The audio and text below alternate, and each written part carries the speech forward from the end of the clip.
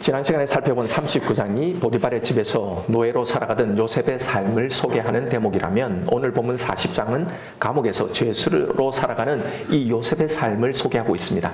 그의 삶 속에 어떻게 하나님께서 섭리하고 계셨는가를 보여주는 장면이에요. 요셉이 몇 년간 감옥에 있었는지는 사실 잘 모릅니다. 오늘 본문은 요셉의 나이 28살 때이니까 그러니까 애굽에 끌려온 지 하나님 앞에서 이 연단 훈련을 받은 지 11년째 되던 해였습니다. 왕의 죄수를 가두는 감옥에서 재반 사무를 도맡아 처리하던 요셉은 어느 날 특별한 임무를 맡게 되죠.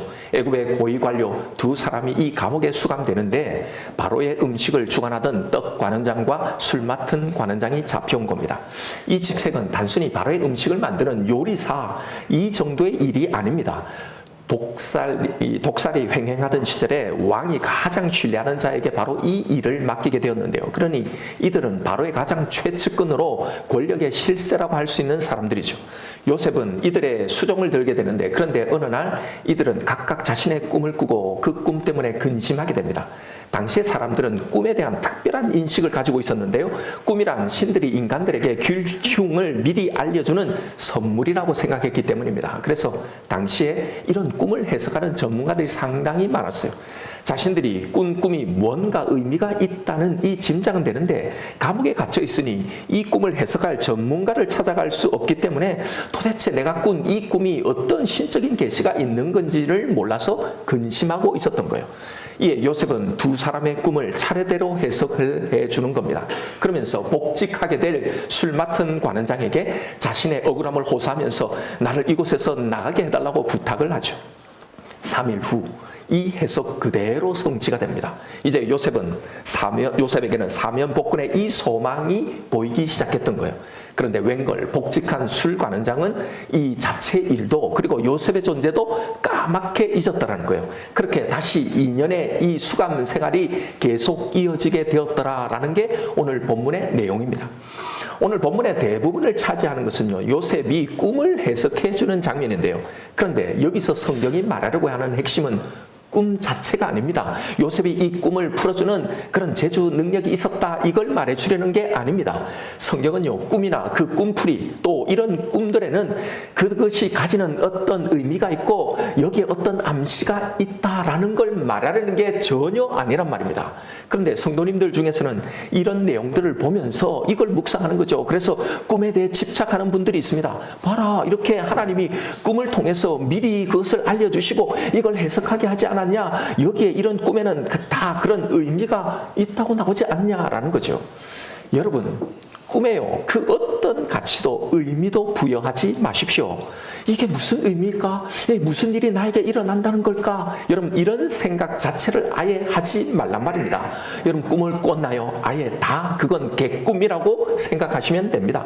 왜냐하면요, 여기에 집착하게 되면, 여기에 의미를 부여하게 되면요, 우리는 하나님의 말씀보다, 하나님의 이 신실하심보다 꿈에 대한 의존도가 점점 더 높아지게 되는 겁니다. 이것이 바로 사단이 이 꿈을 통해서 사람들을 지배하고 미혹하는 방식이기 때문이에요.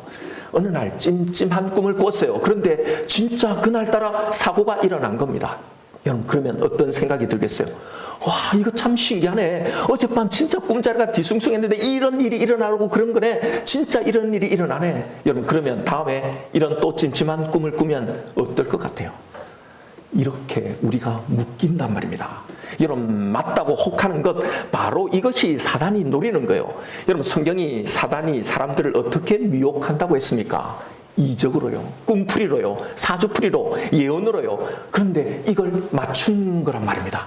진짜 그대로 되는 걸 우리 눈으로 보게 하는 거예요. 왜요? 사람들은 이런 것에 혹하기 때문이죠. 왜요? 자신의 미래를 그런 걸 통해 알고 싶고 그 미래를 내가 빨리 앞서 이것들을 해결해서 길한 것들은 내가 취하고 흉한 것들은 피하고 싶기 때문이죠.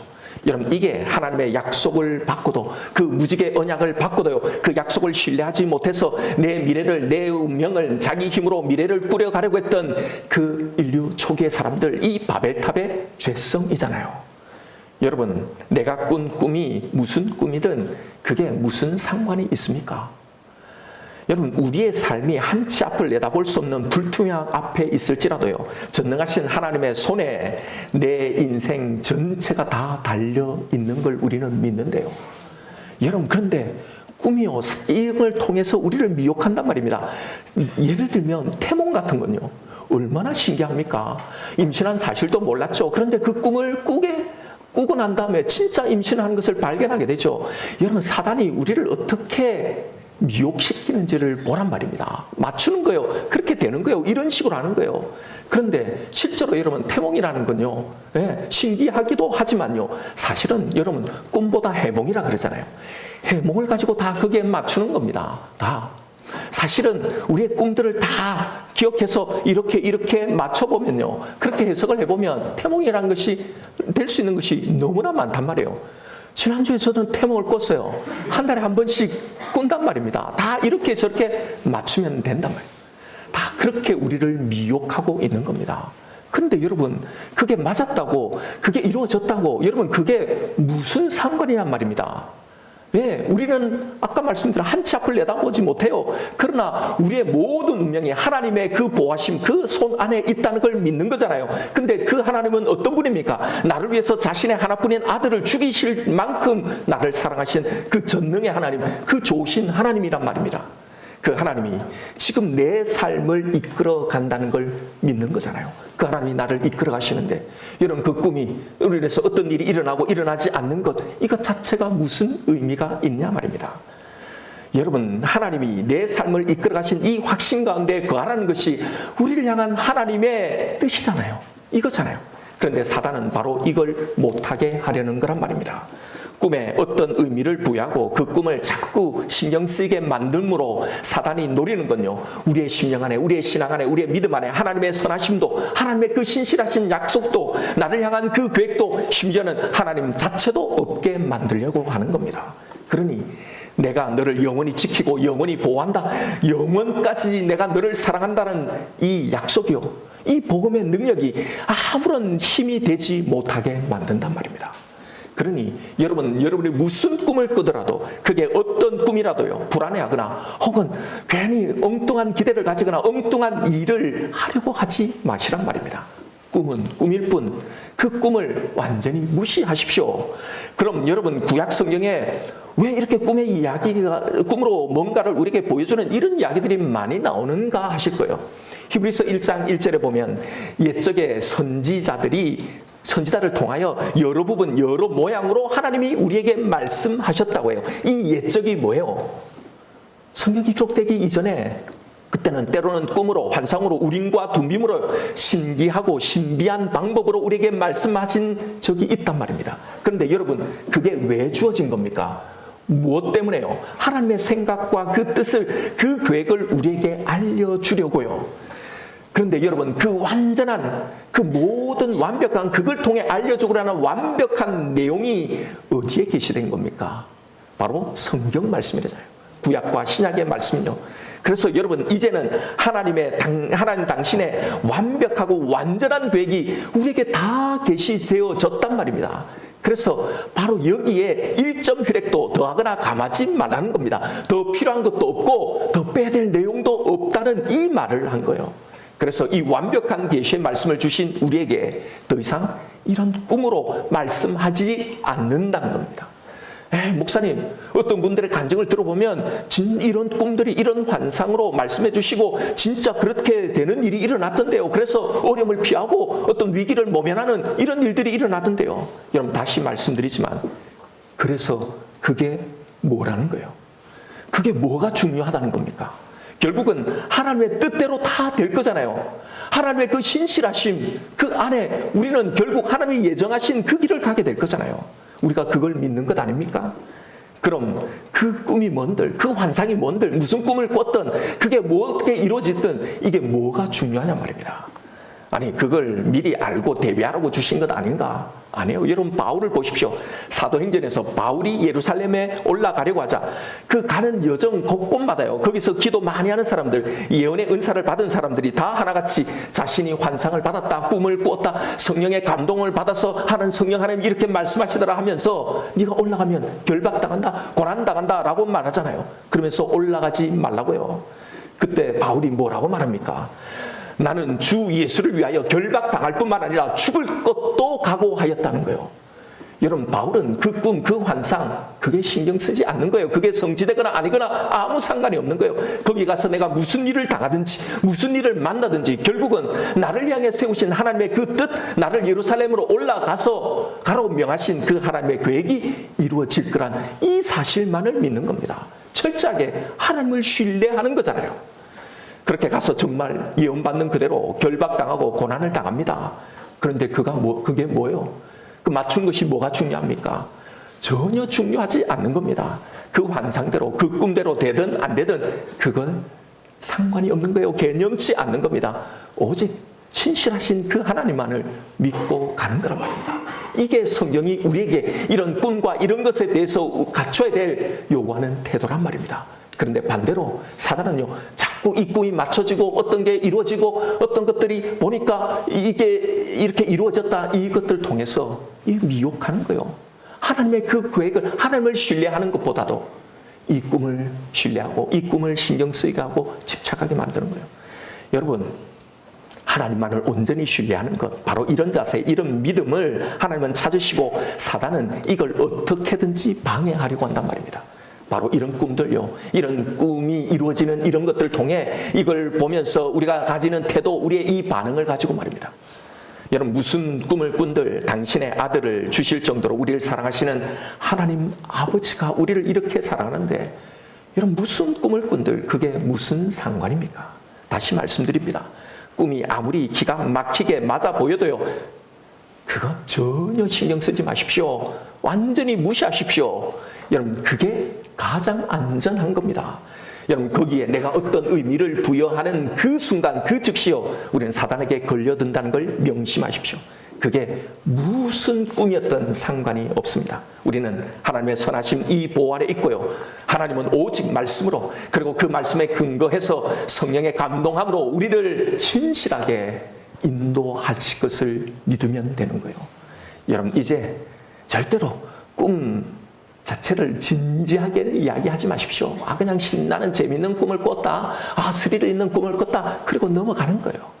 여러분 그냥 내 잠재의식에 불안이 만들어낸 그런 산물이라고 여기고 넘어가시란 말입니다. 자, 그럼 본문으로 돌아와서 그럼 오늘 본문에 이 꿈풀이 이야기가 이렇게 길게 나온 이야기가 우리에게 전하려는 진짜 메시지가 뭘까? 이걸 한번 살펴보지요.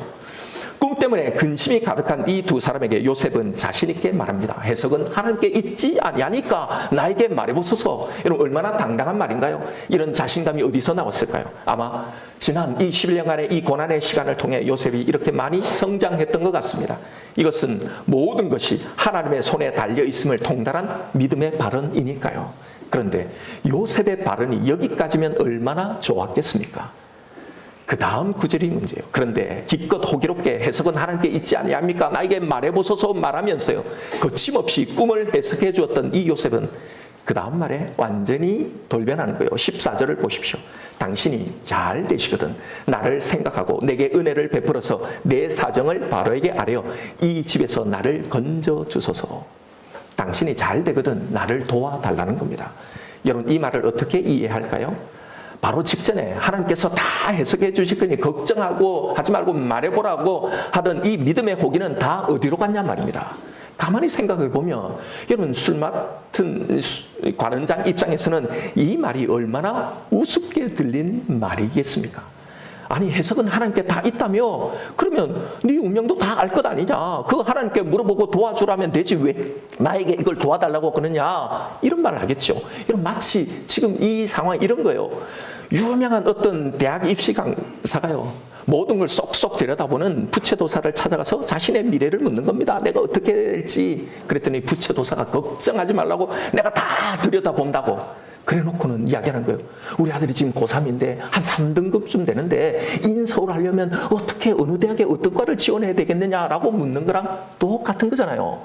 쏙쏙 다 들여다본다면서요. 여러분, 이 이야기 해석이 좀 까다로운 것은 요셉의 이런 이중적인 모습 때문입니다. 이 말만 오늘 본문에서 싹 빼버리면 얼마나 멋진 모습입니까?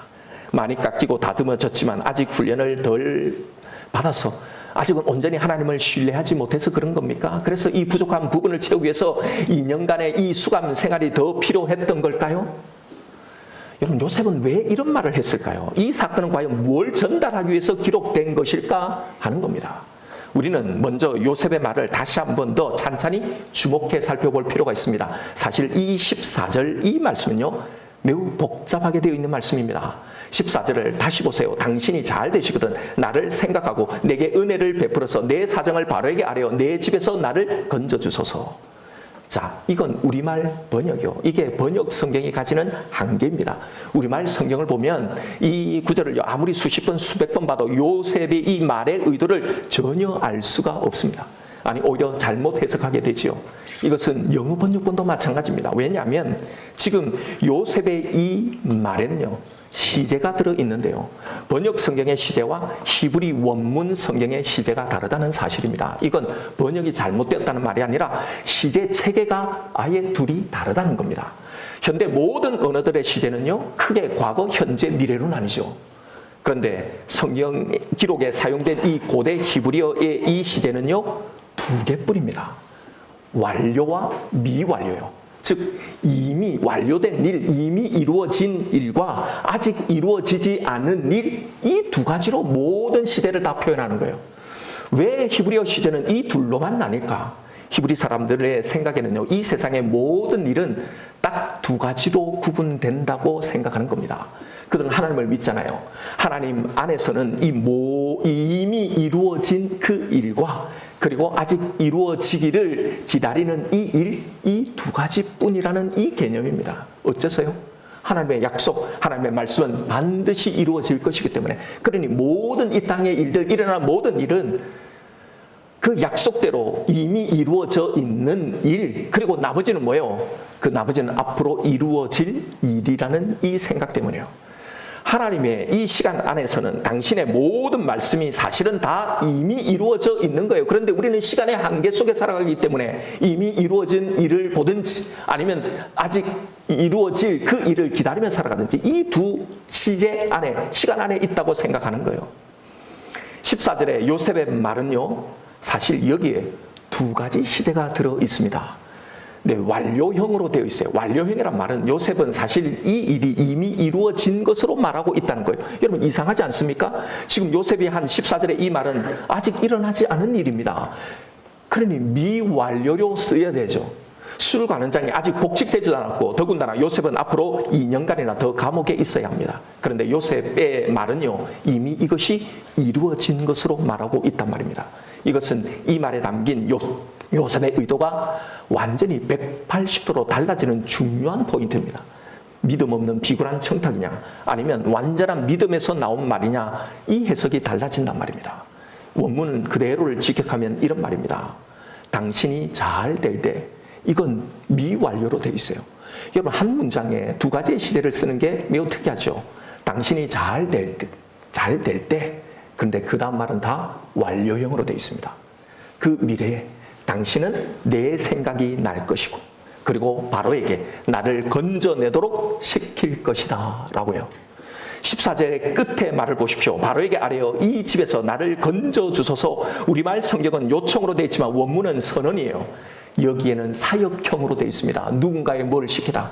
술 관원장 당신이 바로에게 나를 여기서 건져내도록 그렇게 시킬 거다라는 말입니다. 그렇게 될 것이라는 걸 선언하고 있단 말입니다. 여러분, 이 이야기는 단순히 요셉이 꿈을 잘 풀어주었더라, 그래서 나중에 바로의 꿈도 풀어주게 되었더라, 이 이야기를 하려고 여기에 기록 앞에 깔아놓은 이야기가 아닙니다. 요셉의 바로 이 믿음을 보여주는 이야기입니다. 14절의 이 말은요, 아직도 사람을 의지하고 있는 요셉의 믿음 없는 청탁의 말이 아니에요. 이때가 요셉의 나이 28살로요. 이제 2년 지나면 모든 훈련이 끝나고 바로 앞에 설 시점입니다. 그는 이제 하나님이 어떻게 자신과 동행하고 계신지를 알았던 겁니다. 바로 이것은 그동안 말씀으로 단련된 그 단련의 결과였죠. 그런데 그에게 마지막 남은 이 2년의 훈련이 있었던 겁니다. 요셉은 이 일이 있고도 2년을 감옥에서 더 기다리게 되죠. 우리는 여기서 이 2년의 시간을 묵상해 볼 수 있어야 하는 겁니다. 40장 끝절인 23절과 41장의 첫절인 이 1절 사이에는요, 성경에서 그 자세한 내력을 기록하고 있지 않는 바로 2년의 기다림의 시간이 존재하고 있습니다. 성경에 상세하게 나오지 않는 이 2년의 시간들을요, 우리는 깊이 묵상해 볼 필요가 있단 말입니다. 사실 이 대목이 이 이야기를 하려는 진짜 의도와 이유입니다. 요셉의 입장에서 한번 생각해 보십시오. 이 2년이 지난 이 2년은요, 지난 11년간의 이 기다림과는 차원이 다른 기다림이죠. 똑같은 기다림의 기간이지만 전혀 차원이 다른 기다림입니다. 앞에 했던 이 노예 생활이나 감옥의 생활을 할 때는요, 정해진 노예 기간이 있는 것도 아니고 몇 년을 언도받아 언제쯤 출소할지 기약이 없는 생활입니다. 그런데 이제 하나님의 해석이 주어진 거란 말이에요. 자신의 삶과 자신의 그 운명에 대한 해석 말입니다. 그는 결국 술관원장을 통해서 그리고 바로를 통해서 이것을 빠져나가게 될 거라는 겁니다. 이제 목표가 있고 소망이 있고 기대와 가능성이 주어졌습니다. 원래 여러분, 사람이 어떤 기대 없이 살아갈 때는요, 노예 생활도 감옥 생활도 그냥 생각 없이 살아가는 거예요. 그런데 어떻게 하면 잘해서 여기서 해방될 수 있다는 가능성이 보면 제일 먼저 바빠집니다. 서둘러지고 초조해지고 시간이 안 가는 거예요. 여러분, 군대 가면 쫄병 때는 그 너무나 까마득하기 때문에 언제 제대하냐 이 생각할 겨를이 없어요. 근데 말년 병장이 되면요, 몸은 편한데 시간이 안 가는 거예요. 하루가 한 달 같은 거예요. 왜요? 제대 날짜가 이제 다 눈에 들어오니까요. 그러니까 요셉의 마지막 2년의 기다림도 아마 그랬을 겁니다. 오늘 이 사건의 포인트는요, 술관원장과 떡관원장의 꿈을 해석해주는 이야기가 아니라 하나님으로부터 자신의 이 삶을 해석받은 이 요셉이 살아가야 할 이 2년요, 이 2년이 어떠했을까를 묵상케 하는 이야기입니다. 이 시간을 묵상하라고 주신 이야기란 말입니다. 여기 진짜 고농축된 믿음으로 기다리는 이 훈련이 여기서 시작되는 겁니다. 과연 내 삶에 대한 해석도 술관원장처럼 이렇게 금방 쉽게 이루어질까? 이렇게 3일 만에 해석된 대로 되었으니 나도 이제 곧 그렇게 되겠지. 그는 이제 석방되리라는 자신의 삶에 대한 이 해석만 들었죠. 그것이 언제 성취될지는 몰랐던 거예요. 여러분, 술관원장도 그렇지. 여러분, 어떻게 이걸 잊을 수 있습니까? 보통 경험이 아니잖아요. 죽었다가 살아난 건데, 같이 감옥에 있던 한 사람은 죽고 자신은 살았는데, 그것도 꿈을 해석해준 그 사람이 말한 정확한 날짜에 그대로 결과도 정확하게 맞췄는데요. 여러분, 이걸 잊어먹는다는 것 자체가 사실 신기한 일 아닙니까? 그런데 요셉은 이런 신기한 일을 겪는 겁니다. 상식적으로 너무나 금방 나와야 될 일인데 2년을 언제 2년이지만 이걸 모르잖아요. 언제 이루어질 줄 모르고 그냥 무작정 기다리는 겁니다. 우리는 결과를 아니까 2년 후에 나올 건 알죠. 그러나 요셉이 그 기한을 알았겠냐 말입니다. 그러니 이런 기다림, 이 기다림이 힘들다는 겁니다. 여러분, 잘 보십시오. 사실 이게 누구의 이야기인지를, 무슨 이야기를 지금 우리에게 들려주려고 하는지를요, 우리에게도 이런 요셉의 기다림이 있다는 사실입니다. 아니, 지금 우리가 살아가고 있는 이 시간이 바로 요셉이 살아가고 있는 바로 이 2년의 기다림, 이 시간이라는 걸 말하려고 하는 겁니다. 이 시간대 무엇을 어떻게 하며 살아야 하는지요. 여러분, 우리는 우리의 운명에 대해서 다 들었습니다. 예수 그리스도를 영접하고 그 하나님이 주신 이 성경의 말씀들, 이 모든 걸 통해 우리가 결국 어떻게 될지를 다 들었어요. 이걸 알고 이것이 반드시 이루어진다는 사실을 알고 있습니다. 그런데 정말 반드시 이루어진다고 알고 믿고 있는 이 일을 이제는 기다리며 살아가야 한다는 사실입니다. 여러분, 믿음이란 무엇일까요? 오늘 이야기는 믿음으로 기다린다는 것이 무엇인지를 보여주는 이야기입니다. 믿음이란 우리에게 들려주신 하나님의 이 해석, 그 뜻이 이미 하나님 안에서 완료되어 있는 것으로 믿고 살아가는 삶요. 믿는 그대로 행하고 그대로 누리며 그것을 기다리며 살아가는 것, 내 삶에 대한 하나님의 이 해석을 이미 완료되어진 것으로 믿고 정말 믿는 그대로 그걸 누리며 살아가는 삶을 말하는 겁니다. 여러분, 하나님께서 하시기로 작정하셨다면 그것은 이미 이루어져 있는 겁니다. 우리의 구원, 우리의 영원한 모든 운명요. 그러니까 믿음 안에서의 기다림이라는 것은요, 실상 우리가 그것을 기다리는 게 아니라 이미 이루어진 그 일이 우리를 기다리고 있는 거예요. 우리의 믿음의 반응을 기다리고 있는 겁니다. 그러니 거기까지 포기하지 말고 낙심하지 말고 도달하라는 겁니다. 그러기에 무엇이 중요합니까? 해석이 중요하죠. 여러분은 무엇으로 여러분의 인생과 여러분의 삶을 해석합니까? 하나님에게서 나온 그 해석만을 붙들고 있습니까? 오늘 본문의 요셉의 상황을 보십시오. 요셉이 들은 하나님의 해석은 요셉을 술 관원장을 통해 그리고 바로를 통해 이 감옥에서 나오게 한다는 거였습니다. 그런데 요셉이 처해 있는 이 상황은요, 하나님의 그 해석과는 너무나 거리가 먼 거죠. 술 관원장은 요셉의 존재를 까맣게 잊어버렸습니다. 그러니 바로는 요셉의 존재 자체도 알지 못하고 있는 겁니다. 여러분, 그러면 어떻게 무슨 수로 이 감옥에서 자신이 빠져나가서 바로의 궁에까지 가서 자신의 존재를 알릴 수 있는가 말입니다. 그런데 보십시오. 하나님의 해석은 정확하게 맞았습니다. 3일 만에 술 관원장은 복직이 되었고 역시 3일 만에 떡 관원장은 목이 메어 새들의 밥이 되었습니다. 하나님의 그 해석 그대로 술 관원장은 결국 요셉을 생각하게 되었고요. 하나님의 해석대로 바로로 하여금 요셉을 그 지긋지긋한 그 억울한 감옥에서 나오게 만들었던 겁니다. 오늘 본문의 이 꿈풀이에 나는 이 이야기는 바로 이걸 말해주려고 하는 거예요. 꿈에는 무슨 의미가 있고 어떤 것을 잘 풀면 이것을 막을 수 있다라는 이야기가 아니라 하나님이 주신 이 해석은 한치의 어긋남 없이 반드시 이루어진다는 이 사실을 확인시켜주는 이야기란 말입니다. 그러니 여러분, 오직 하나님에게서만 나와 관련된 모든 해석을 들으시라는 겁니다. 내가 해석하지 말고요, 다른 사람의 해석, 전문가라고 말하는 사람들의 이 해석을 듣지 말고요, 상황이나 환경이 가져다주는 그런 해석, 그런 가능성이나 그 타당 여부에 귀를 기울이지 말고 하나님이 나에게 뭐라고 말씀하셨는지, 나에게 이 사건, 이 일들, 이 모든 내 운명을 어떻게 해석하셨는지 이걸 집중하라는 겁니다. 그리고 그 해석을 들었다면 그 해석을 믿음으로 붙들라는 겁니다. 어떻게 해요? 어떤 믿음요? 그것이 이미 이루어져 있다는 사실, 그것을 믿고 그 성취를 믿음으로 기다리며 초조해하지 말고 두려워하지 말고 불안해하지 말고 하나님이 주신 이미 이루어진 이것을 진짜 누리며 살아가라는 겁니다. 여러분, 오늘 본문의 이 이야기는요, 이걸 우리에게 말하려고 하는 거란 말입니다. 그런데 다들 처음에는 하나님의 이 해석을 잘 듣죠. 하나님을 향한 믿음을 가지지만 점점 그 믿음이 희미해져 가는 겁니다. 왜요? 이 2년간 그 해석과는 너무나 다른 그 시간들을 살아가기 때문이죠. 그러면서 이제는 더 이상 기다리지 않습니다. 그냥 시간을 보낼 뿐이죠.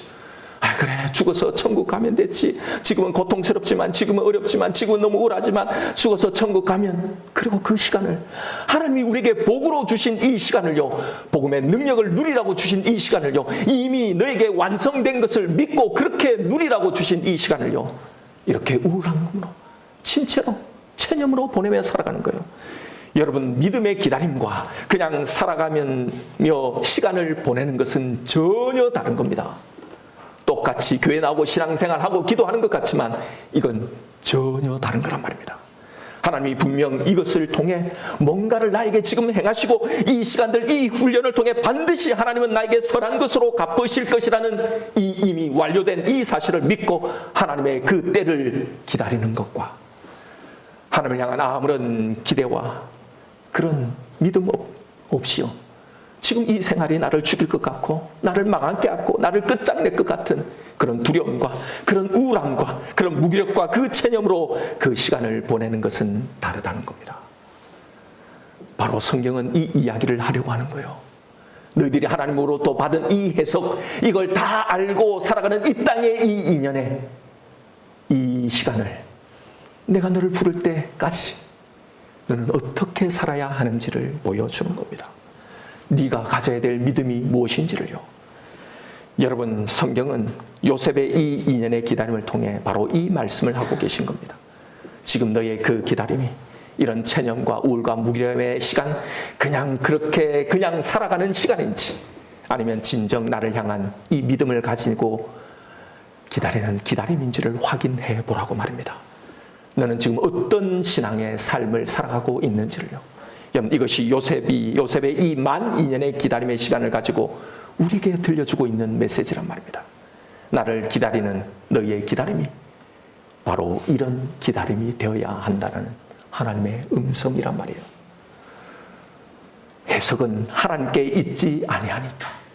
여러분, 하나님의 약속을 정말로 믿고 기다리는 사람은요, 바로 이 확신으로 하나님께 물으며 이 시간을 살아가는 겁니다. 왜요? 그 해석대로, 내가 들은 그 해석대로 반드시 될 것을 믿기 때문에. 하나님은 우리의 전 인생, 우리의 운명에 대한 해석을 이미 주셨잖아요. 우리는 결국 우리가 당한 이 경주에서 승리할 것이고, 이 땅의 노예와 감옥과 같은 이 고난과 억울함에서 우리는 해방되어서 영원한 행복과 영원한 천국에서 살게 될 거라고. 그걸 기다리는 이 2년 동안의 이 땅의 이 삶, 그동안에 이 노예와 이 감옥의 이 불이, 이 강물이 너를 사르지 못하고 너를 침몰치 못할 거라고요. 여러분, 이게 우리가 하나님으로부터 들은 내 운명에 대한 해석이잖아요. 이 해석을 듣고 이것이 이미 이루어져 있는 저 하늘의 교회, 그 하늘에서의 나의 모습을 선포하며 그렇게 어떤 것도 두려워하지 않고 그 어떤 것도 바라지 않는 이 절대 안전, 이 절대 만족을 누리며 이 땅의 인연을 그렇게 살아가라고 말하고 있는 겁니다. 여러분, 이 2년 동안 내게 일어나는 모든 사건, 사고들도, 이 모든 문제에 대한 해석도요, 마찬가지입니다. 우리가 진심으로 하나님께 물으면요, 우리가 하나님의 말씀에 청종하려고 하면 내가 겪는 이 문제, 이 사건에 대해서 하나님은 당신의 해석을 분명하게 말씀해 주십니다. 하나님이 확신을 주시든지, 상황을 통해 말씀을 하시든지, 누군가를 통해 설교를 통해 듣게 하시든지, 아니면 직접 말씀해 주시든지, 마음의 평안을 주심으로 대답하시든지, 하나님은 반드시 분명히 모든 문제에 대해서 다 해석을 해 주십니다. 그런데 명심하십시오. 청종이라고 했습니다. 청종이란 말은 샤마라는 말이에요. 단순한 하나의 의견이나 가능성을 듣는 행위가 아닙니다. 주의 깊게 이것을 경청하는 태도입니다. 왜요? 이것만이 진리이기 때문에, 이것만이 지금 내 문제를 해결하는 진짜 해법인 것을 믿기 때문에요. 그래서 그 말을 이해해서 그대로 순종하기 위해서 경청하는 겁니다. 이게 청종이에요. 내가 꿈꾸고 계획하고 있는 것을 먼저 내려놓아야 청종이 되는 겁니다. 그래야 하나님의 해석을 듣게 됩니다. 내 생각을 품고 들으면 안 됩니다. 어떤 말씀이든지 그대로 하나님의 의도를 잘 이해해서 무엇을 말씀하시든지 그대로 들으려는 이 마음요, 바로 여기에 하나님의 해석이 주어지게 되는 거예요. 하나님의 해석이 분명히 들려오면, 그러면 여러분 믿음으로 기다리십시오. 이것이 그대로 이루어진 것이라는 것을 믿으면서 말입니다. 여러분, 요셉의 마지막 2년의 기다림을 꼭 기억하십시오. 그는 자신의 석방에 관한 해석을 듣고도 여전히 감옥에서 변하지 않는 상황에서 2년을 기다렸다는 사실 말입니다. 우리는 모든 해석을 다 들었지만 그 성취를 기다리는 이 땅의 삶을 살아가는 겁니다. 하나님의 해석과는 전혀 다른 삶의 환경 때문에, 그러니 여러분 힘들어하지 마십시오. 사람이 뭐래도, 상황과 환경을 통해 사단이 뭐라고 우리를 속이고 겁을 주고 미혹해도 묵묵히 하나님이 나에게 주신 이 해석만을 붙들고 바라보십시오. 그 해석의 성취를 기다리는 것, 그 주신 해석이 이미 내 인생과 내 삶에 이루어져 있다는 걸 믿고 이 시간을 살아가는 것, 그것이 이 2년 동안에 우리가 가져야 할 믿음이고 믿음 생활인 거예요. 여러분, 현재 나의 삶의 환경이 이 믿음의 해석이 너무나 거리가 멉니까? 그럴 때마다 요셉의 이 2년을 깊이 묵상하십시오. 하나님이 나에게 하셨던 약속들, 그 계획들, 그 모든 것이 다 이미 이루어져 있다는 것을 받아들이고 바로 이 믿음으로 내가 살아내야 할 이 2년의 삶을 살아가시는 저와 여러분 우리가 되기를 주님의 이름으로 축원드립니다. 이 시간 주신 말씀 붙들고 우리 하나님 앞에 기도하십시다. 여러분은 하나님을 믿는다는 것이 어떤 것이라고 생각하나요? 오늘 주시는 이 믿음의 정의를 기억하십시오. 믿음이란 우리에게 주어진 그 하나님의 해석이 먼 미래가 아니라 이미 내 영원한 운명 안에 이미 이루어졌다는 것을 받아들이는 겁니다. 그래서 비록 지금의 상황이 그 해석과는 너무나 동떨어지더라도 그 약속의 성취를 인내하며 그걸 기다리며 살아가는 겁니다. 그걸 정말 믿고 누리며 살아가는 겁니다. 여러분은 정말 하나님을 기다리고 있습니까? 아니면 이제 체념으로 그저 이 시간이 지나기만을 바라고 있지는 않습니까? 여러분, 그것이 하나님이 우리에게 요구하는 신앙생활이 아닙니다. 그것이 고작 우리에게 주신 하나님의 축복이 아니란 말입니다. 여러분, 우리의 삶을, 우리의 자신을 초라하게 만드는 것, 우리를 두렵게 하고 불안해 만드는 것은요, 하나님이 아닙니다. 하나님이 도와주시지 않아서가 아니에요. 초라하다고 불안하다고 느끼는 현재 내 삶 그 한가운데서, 그 가운데서도 나를 위해서 일하시는 그 하나님을 만나지 못하는 그런 내가 하나님의 약속은 이미 이루어져 있다는 걸 끝끝내 믿지 못하는 믿음 없는 내가요, 내 자신과 내 삶을 초라하고 우울하고 불안하고 두렵게 만드는 거예요. 하나님의 이 능력을 아무것도 누리지 못하고 그저 그렇게 불쌍하게 살아가게 만드는 겁니다. 여기에는 분명히 하나님의 선하신 뜻이 있을 거야. 결국 하나님은 이 모든 것을 선한 것으로 바꾸실 거야. 결국 이 모든 것은 감사로 찬양으로 변하게 될 거야. 나의 길을 그가 아시기에 나를 단련하신 후에 내가 정금같이 나는 나오게 될 거야. 여러분, 우리에게는 왜 이런 믿음이 없을까요? 바로 그 기다림 속에 하나님의 이 해석을 끝까지 붙들지 않기 때문입니다. 그리고 그 해석을 그대로 믿지 못하기 때문입니다. 조금 붙들다가 낭망하고 포기하고 실망하는 거예요. 믿지 않는 겁니다. 여러분, 하나님이 나에게 하셨던 말씀과 약속을 기억하십시오. 하나님의 그 해석을 붙드십시오. 실상 우리가 그걸 기다리는 게 아니라 이미 성취되어 있는 그 상황이 우리를 오라고 기다리는 거예요. 우리의 믿음을 기다리고 있는 거예요. 여러분, 우리가 해야 할 이 인연의 믿음의 경주가 우리에게 있습니다. 우리의 상황이 어떨지라도 이 하나님의 해석을 붙들고 이 믿음으로 살아가십시다. 하나님, 이제 나에게 주어진 이 인연의 시간, 이 땅에 살아갈 이 모든 신앙의 시간들을 바로 이 믿음으로 살아가게 하여 주옵소서. 이 시간 나에게 주신 말씀이 있을 겁니다. 우리 이 말씀 붙들고 하나님 앞에 기도하며 나아가십시다.